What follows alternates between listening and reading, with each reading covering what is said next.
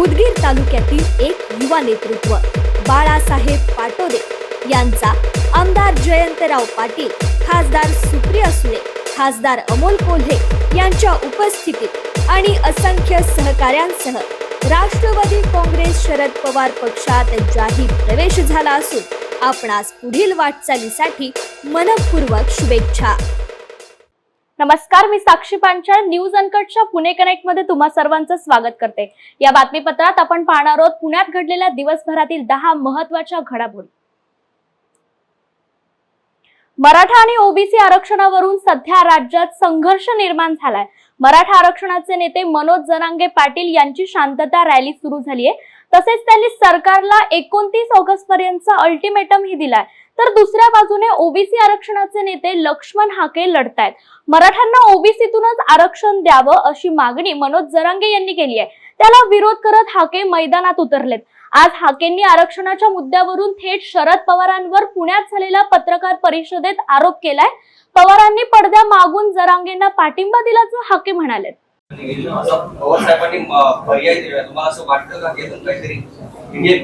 शरदचंद्रजी पवारांचं असं वक्तव्य म्हणजे हा टाइमपास आहे। शरदचंद्रजी पवार ओबीसी आरक्षणाकडे संवेदनशील भावनेनं पाहत नाहीत असा माझा आरोप आहे। शरदचंद्रजी पवार महाराष्ट्राचे जाणते नेते आहेत। गेल्या 7-8 महिन्यापासून या महाराष्ट्रामध्ये जी परिस्थिती उद्भवली त्यावेळी शरदचंद्रजी पवार पद्धतशीर पद्धतीनं शांतपणे निमूटपणे त्यांनी बिहाइंड कर्टन मनोज जरांगे पाटील नावाच्या माणसाला उद्युक्त करण्याचा प्रयत्न केलेला आहे। शरदचंद्रजी पवार जर पुरोगामी नेते असतील तर त्यांनी इथल्या भटक्या विमुक्तांची त्यांनी भाषा बोलली असती। त्यांनी ओबीसीच्या सामाजिक मागासवर्गीयांच्या हक्क आणि अधिकाराविषयी ते बोलले असते। पण शरदचंद्रजी पवार मागच्या काही दिवसामध्ये मुख्यमंत्र्यांनी सर्वपक्षीय नेत्यांची बैठक बोलवली होती। शरदचंद्रजी पवार आणि त्यांचा अलायन्स त्या बैठकीला गेला नाही। या प्रश्नाची उत्तर शरदचंद्रजी पवारांनी द्यावीत। आणि आता पावसाने उघडीप दिल्यामुळे सिंहगड रस्त्यावरील राजाराम पूल चौकातील उड्डाण पुलावर डांबरचा शेवटचा थर मारलाय। त्यामुळे या उड्डाण पुलाचं काम पूर्ण झालंय। तरीही उद्घाटन होत नसल्यामुळे टीकेची झोड होत होती। अखेर या उड्डाण पुलाच्या उद्घाटनाचा मुहूर्त ठरलाय। उपमुख्यमंत्री अजित पवार यांच्या हस्ते उद्या म्हणजे गुरुवारी सकाळी 7 वाजता या उड्डाण पुलाचं उद्घाटन होणार आहे। या उड्डाण पुलामुळे सिंहगड रस्त्यावरील नागरिकांची वाहतूक कोंडीतून सुटका होण्याची शक्यता आहे। कोलकात्यातील वैद्यकीय महाविद्यालयात निवासी डॉक्टरवर बलात्कार करून तिचा खून करण्यात आल्याचा धक्कादायक प्रकार उघडकीस झालाय। याच पार्श्वभूमीवर पुण्यातील बीजे वैद्यकीय महाविद्यालयातील सुरक्षा उपयोजनांची माहिती अधिष्ठा डॉक्टर एकनाथ पवार यांनी दिली आहे। महाविद्यालयातील महिला निवासी डॉक्टरांची सुरक्षितता वाढवण्याचा निर्णय प्रशासनाने घेतलाय। याचबरोबर महाविद्यालय आणि ससून रुग्णालयाच्या आवारातील सीसीटीव्ही कॅमेऱ्यांच्या संख्येतही वाढ करण्यात आल्याचं डॉक्टर पवार यांनी सांगितलंय। आज सकाळी पुण्यातील कमला नेहरू हॉस्पिटलमध्ये 3 जणांना संशयित अतिरेकी म्हणून पकडण्यात आलं होतं। मात्र प्राथमिक पोलीस चौकशीत ते सामान्य लोक असून रक्त तपासणीसाठी तेथे आल्याचं निष्पन्न झालंय। याबाबतची माहिती पोलीस उपायुक्त संदीप सिंगील यांनी माध्यमांना दिली आहे। नागरिकांच्या संशयावरून त्यांचे फोटो काही व्हॉट्सअप ग्रुपवर शेअर करण्यात आले होते। ते पाहूनच कमला नेहरू हॉस्पिटलच्या सुरक्षा रक्षकांनी त्यांना पकडून पोलिसांना बोलवलं। या तिघांची कसून चौकशी करणार असल्याचं गिल यांनी स्पष्ट केलं। त्या प्रकरणात असं आहे की काल संध्याकाळी एका इसमाने एक सोशल मीडियावर काही फोटोज आणि एक मेसेज टाकला होता की अशा प्रकारे त्यांना वाटत होता की जे परदेशी नागरिक आहे, दुसऱ्या देशाचे काही नागरिक आहे, ते इथे अनऑथराइज्ड पद्धतीने फिरत होते। त्यांनी काही भाषा तसे प्रकारची की असा त्याचा काही संशय होता। ते संशय असल्यामुळे त्यांनी ते पोलिसाला पण ते फोटो आणि मेसेज पाठवला आणि ते साधारण जे व्हॉट्सअप ग्रुप्स वगैरे आहे तिथे पण ते मेसेज फिरवला होता। आणि मग त्यामधून जे लोक होते आम्ही काल पण ते चेक केला होता आमचे पोलीस स्टेशन्सने की अशा प्रकारच्या काही कोणी संशयित व्यक्ती आजूबाजू आहे किंवा कसे। परंतु आज सकाळी जे कमला नेहरू हॉस्पिटल आहे, शासकीय रुग्णालय आहे, त्या ठिकाणी ते 3 समजे आहे ते गेले होते रक्त तपासणी आणि बाकीचे त्याचे वैद्यकीय तपासणीसाठी. आणि मग त्या ठिकाणी ती फोटो आणि ती मेसेज हॉस्पिटलचे काही जणांकडे असल्यामुळे त्यांना संशय वाटला. त्या संशय असल्यामुळे ते फोटो वगैरे त्यांनी मॅच करून पाहिली, तर त्या लोकाला त्यांनी त्यावेळी आपल्याकडे बसवून घेऊन पोलिसाला इन्फॉर्म केला की असे प्रकारचे व्यक्ती आमच्याकडे आलेले आहेत, त्याच्या काहीतरी फोटो वगैरे मधून ते त्यांना पाहिला ते संशय वाटत होता. पोलीस त्या ठिकाणी गेली, पोलिसांनी त्याच्याकडून विचारपूस केली. विचारपूस केल्यानंतर आम्ही विचारपूस करण्यासाठी त्यांना पोलीस स्टेशनला आणलं आहे. कारण नागरिकांनी आणि तिथे काम करणारे जे वैद्यकीय स्टाफ आहे त्यांनी संशय व्यक्त केल्यामुळे आम्ही त्याची जे तपासणी आहे ते करणे गरजेची आहे. त्यामुळे त्याची सध्याची जे व्हेरिफिकेशन चालू आहे त्याच्याकडे त्यांनी जे आधार कार्ड आणि डॉक्युमेंट आमचे समोर सादर केले आहे त्याची आम्ही सध्या चौकशी करीत आहोत की नेमके हा जे ॲड्रेस आणि आधार कार्ड त्याचे आहे ते नेमके कुठले आहे, ते किती दिवसापासून शहरात राहत होते आणि नेमका ते इथे कोणत्या कामासाठी आले.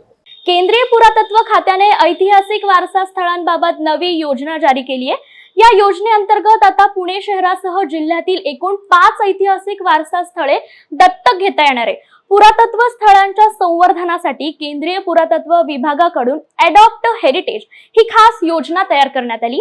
या योजनेमध्ये शनिवारवाडा, आगाखान पॅलेस, पाताळेश्वर लेणी, लोहगड, कार्ला लेणी आणि भाजे लेणी या स्थळांचा समावेश आहे. या योजनेत जाहीर होताच हिंदू महासंघाकडून सरकारला थेट आंदोलनाचा इशारा जाहीर करण्यात आलाय. हिंदू महासंघाच्या नेमक्या मागण्या काय आहेत ते पाहूयात. वपेक्षक जमिनी हस्तांतरित करण्याबाबत केंद्र सरकारने निर्णय घेतल्यानंतर मुस्लिम समाज काहीसा नाराज झालाय. तो खुश व्हावा त्याच्या तुष्टीकरणासाठी या स्वतःला हिंदुत्ववादी म्हणणाऱ्या सरकारनं आम्ही हिंदूंच्या सुद्धा जागेवर डोळा आहे असं दाखवण्याचं काम या आजच्या अध्यक्षतेमुळे घडलेलं आहे. भारतातली ऐतिहासिक स्मारकं, स्वरूषी स्मारकांवर काही स्थानिक खासगी संस्थांना ते सांभाळण्याचा अधिकार देण्याचं काम केलंय. कोणत्याही हिंदू संघटनेने अशी मागणी केली नसताना हे पाप केंद्र सरकार करतंय. हिंदू महासंघ गरज पडली तर रस्त्यावर, गरज पडली तर कोर्टात जाऊन पण हे पाप सहन करणार नाही, एवढं निश्चित आहे. त्याची गरज पडली आम्ही आंदोलन सुद्धा करू. पुणे, सोलापूर, धाराशिव, अहमदनगर जिल्ह्यातील अनेक गावांची जीवनदायिनी असणारे उजनी धरण सध्या तुडुंब भरून वाहत आहे. गेल्या आठवड्यातच उजनीचा पाणीसाठा 100% झाल्यानंतर इंदापूर तालुक्यातील बळीराजा आनंदलाय. इंदापूरचे माजी मंत्री तसेच भारतीय जनता पक्षाचे ज्येष्ठ नेते हर्षवर्धन पाटील यांनी या उजनी जलाशयाचे पूजन केले. गेल्या वर्षी पाऊस कमी झाल्याने उजनी धरण फक्त 60%च भरलं होतं, परंतु यंदा अल्पावधीतच जास्त पाऊस झाल्याने मायनस झालेला 60% पाणीसाठा भरून निघून एकूण पाणीसाठा 160% पर्यंत गेलाय. उजनी धरणाच्या पाण्यावर 14 MIDC, 54 साखर कारखाने, 100च्या वर पाणी पुरवठा योजना, वीज निर्मिती प्रकल्प, लाखो हेक्टर शेती आणि राजकारण सुद्धा अवलंबून आहे. आता माजी मंत्री हर्षवर्धन पाटील यांनी जलपूजन केल्याने राजकारण सुरू झाल्याचं पाहायला मिळतंय. या सगळ्या भागाच्या दृष्टीने अतिशय आनंदाचा क्षण आहे, कारण उजनी धरण हे या परिसरामध्ये एक वरदान ठरणारी आणि प्रत्येकाच्या आयुष्यामध्ये आणि प्रपंचामध्ये एक संजीवनी देणारा अशा प्रकारचा हा प्रकल्प आहे.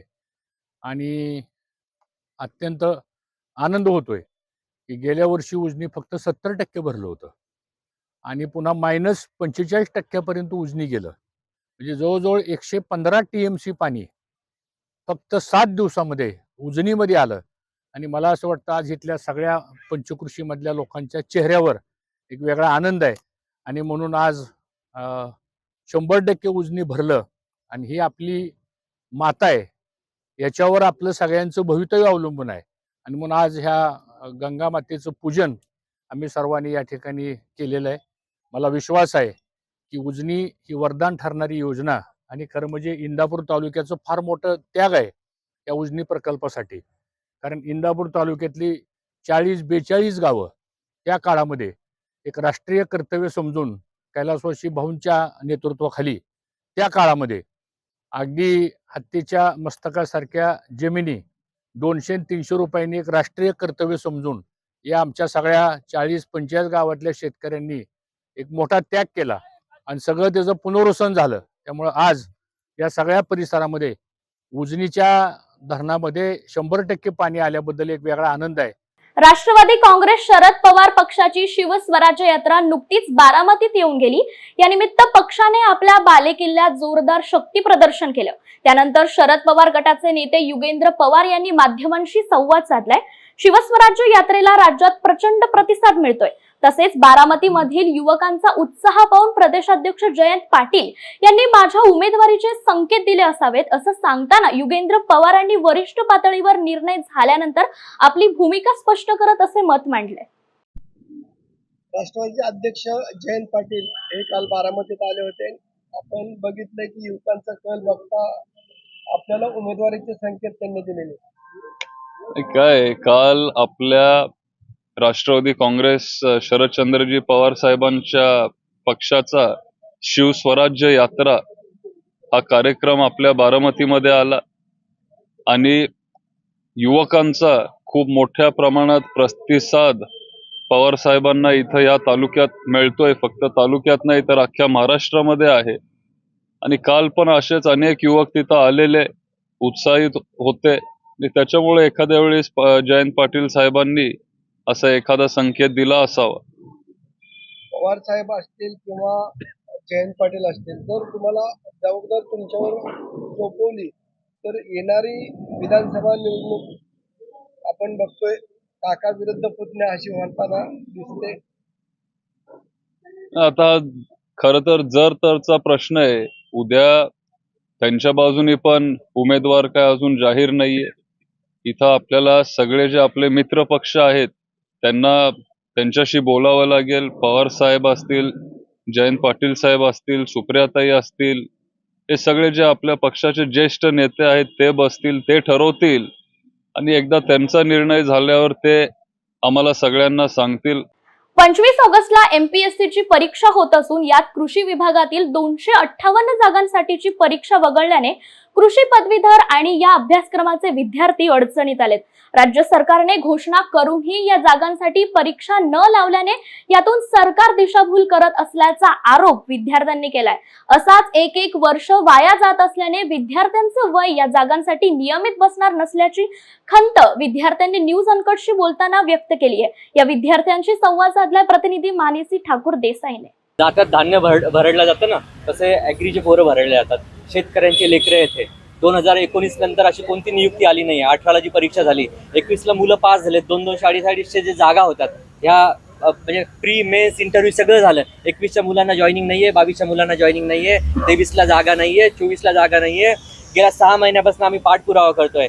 या मंत्र्याला भेटा, त्या नेत्याला भेटा, हे करा। जिथं आमचा मूलभूत अधिकार आहे तो कुठेतरी दुर्लक्षित होतोय। आणि जर बघितलं तुम्ही तर सगळे हे जे मित्र आहेत अजून 2 वर्षांनी एज बार होतील। जर 2024 मध्ये जर ही ऍड नाही केली तर काय फायदा आहे।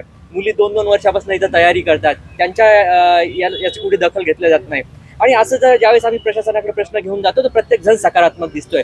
दिसताना सकारात्मक जरी दिसतोय पण कृतीत किती दिसतोय। कारण 25 ऑगस्टला ही एमपीएससीची एक्झाम आहे। एमपीएससी एक्झामच्या अगोदर IBPSनी कॅलेंडर जाहीर केलेलं आहे। IBPS थ्रू आमचे मुलं ॲग्रीचे मुलं बँकेमध्ये सिलेक्ट होतात। आता एकाच दिवशी एमपीएससीची पण परीक्षा आहे आणि एकाच दिवशी IBPSची पण परीक्षा आहे। मग आता ॲग्रीच्या मुलावर अन्याय होत नाही तर काय होत नाही। तर माझा शासनाला सरळ प्रश्न आहे की आम्ही खूप शांततेनं विनंती करतो, संयमानं विनंती करतोय। 2019 पासून हे सगळं आहे। माझे भरपूर सारे मित्र सांगतात की मवाळवादी भूमिकेत सांगतात की आमची विनंती असेल, पण दुसरा भाग हा जहालवादी असू शकतो। जर 2024 याच्यात ऍड झाला नाही तर 1 लाख मुलं हे 258 जागेसाठी बसतात। 1 लाख कुटुंबातले मुलं, 1 लाख कुटुंब हे आपलं मतपत्रिकेतनं शासनाला याचं उत्तर निश्चितच देतील। पुण्यात गणपती विसर्जन मिरवणुकीत लेझरवर बंदी घालण्यात आली आहे। गणेशोत्सवाच्या पार्श्वभूमीवर मानाच्या गणपती मंडळांची बैठक झाली। या बैठकीत पोलीस आयुक्तांनी लेझर बंदीचा निर्णय घेतलाय। पुण्यातील विसर्जन मिरवणुकीत गेल्या काही वर्षांपासून डोळे दिपवणाऱ्या लेझर बीमचा वापर करण्यात येतोय। लेझर लाईटमुळे डोळ्यांना इजा होते आणि याच पार्श्वभूमीवर पुण्याचे पोलीस आयुक्त अमितेश कुमार यांनी विसर्जन मिरवणुकीत लेझर लाईटवर बंदी घातली आहे। लेझर लाईटचा वापर केल्यास कारवाई करण्याचा इशारा आयुक्तांनी दिलाय। पुण्यातील श्री चतुश्रृंगी देवीचे मंदिर भाविकांसाठी 1 महिना बंद राहणार असल्याची माहिती देवस्थानाने दिली आहे। ऐन श्रावणात मंदिर बंद झाल्याने नागरिकांनी सहकार्य करावे असंही सांगण्यात आले। देवस्थानाने पत्रकाद्वारे कळवले आहे की श्री चतुश्रृंगी देवीचे मंदिर जीर्णोद्धाराच्या कामासाठी 16 ऑगस्ट ते 16 सप्टेंबर या 1 महिन्याच्या कालावधीसाठी भाविकांना दर्शनासाठी बंद राहणार आहे। या कालावधीत देवीचा उत्सव मूर्ती पायथ्याला असणाऱ्या गणपती मंदिरात दर्शनाला उपलब्ध राहणार आहे। भाविकांनी या कामासाठी देवस्थानाला सहकार्य करावे असे आवाहन देवस्थानाकडून करण्यात आले आहे। वेळ झालीये पुणे कनेक्ट मध्ये इथेच थांबायची। तुम्ही पाहत रहा न्यूज अनकट।